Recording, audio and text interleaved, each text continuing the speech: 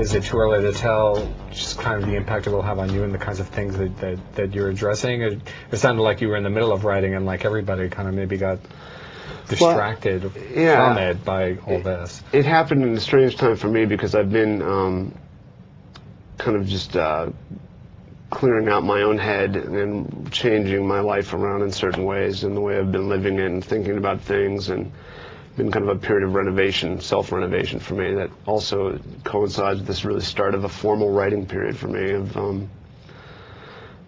not just rehashing issues so much as laying out some groundwork to write in a certain direction. I spent a lot of time sitting around thinking and taking time to stop the frantic pace of studio life and this and that and everything else to just kind of see where my head's at, and then this happened at the same time.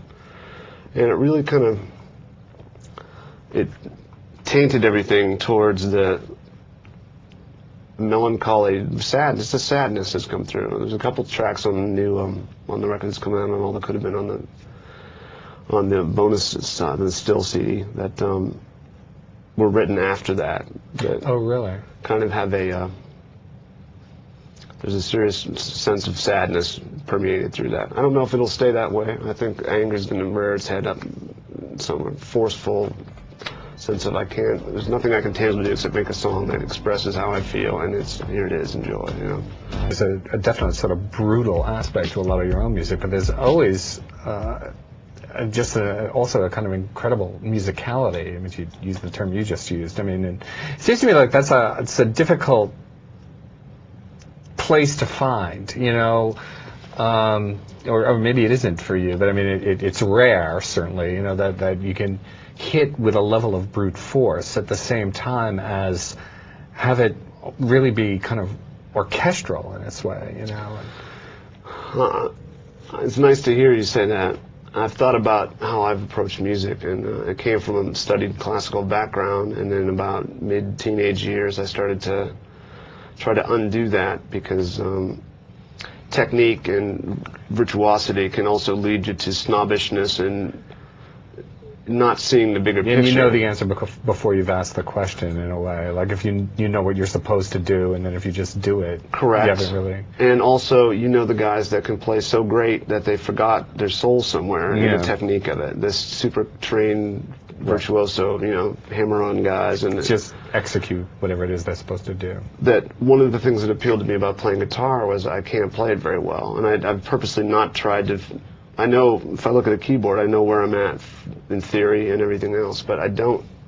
Guitar is just something that sounds. I like playing Joy Division songs because I know they didn't know what they were doing, because you can tell by their naive approach that emotionally carries weight more. And I think that there's a balance between some musical intelligence and also understanding that for me and for most people, it's what hits you emotionally, and if there's a way to combine the two where stupidity is present, and I think needs to be in rock music. There needs to be some dumbness, you know.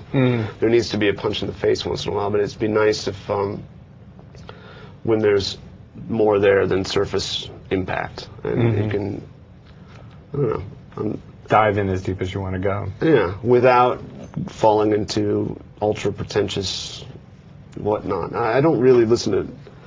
I've had some arguments or discussions with some friends I had who are super jazz aficionados. I'll listen to something and I'm saying, I'm not smart enough to understand what's happening there, because it just sounds like 5 people playing different songs and different math. And I can appreciate that he's listen to the melody. Now it's over to the cymbal. It's like, what are you? It sounds like gibberish to me, you know.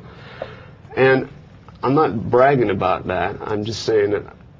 To me, it's not so much about, I'm not so fine-tuned in on that genre that I can't appreciate the bigger picture, which I think is somewhat important, especially when producing others or yourself, of keeping some sense of checks and balances of, it can contain these elements, but it should, you remember what you're going for. And with Nine Inch Nails, I've been going for emotional content or impact or heartfeltness or honesty, probably the biggest one, honesty.